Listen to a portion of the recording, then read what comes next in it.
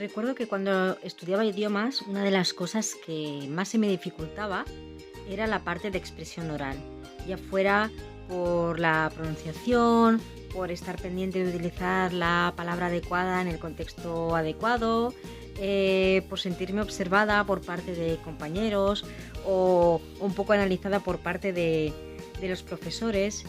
Y seguro que si eres estudiante de idiomas o has estudiado idiomas, te sientes muy identificado o identificada con esta situación. Por este motivo he pensado en crear un taller, un workshop de catalán para todos aquellos estudiantes o personas que queráis practicar el idioma y que no tengáis la oportunidad. Va a ser un taller gratuito que va a durar 2 semanas, de lunes a viernes, y se va a realizar a través de WhatsApp. Entonces, exactamente cómo vamos a trabajar en este taller. Pues mira, cada día, de lunes a viernes, te voy a mandar un reto a través de WhatsApp que vas a tener que responder con un audio. Cuando me lo hayas mandado ese mismo día, te voy a mandar un feedback con los comentarios en relación a tu audio.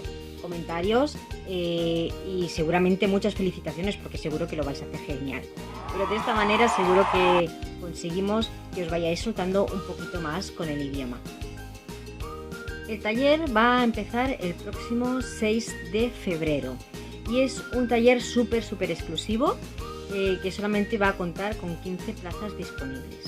Así pues, todos los que os queráis apuntar a esta primera edición de este taller de conversación en catalán, podéis inscribiros en el enlace que os voy a dejar en descripciones. Y bueno, pues eso, los 15 primeros que se apunten son los 15 primeros que van a participar en, como os digo, esta primera edición. Que la intención es hacer este taller de manera periódica.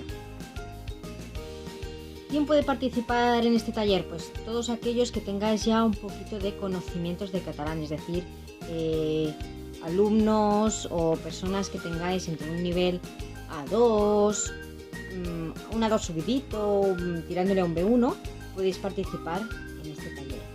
Y si tenéis cualquier duda, pues me podéis dejar vuestras preguntas aquí en los comentarios y con mucho gusto os contestaré. Así que espero veros a muchos de vosotros en el taller.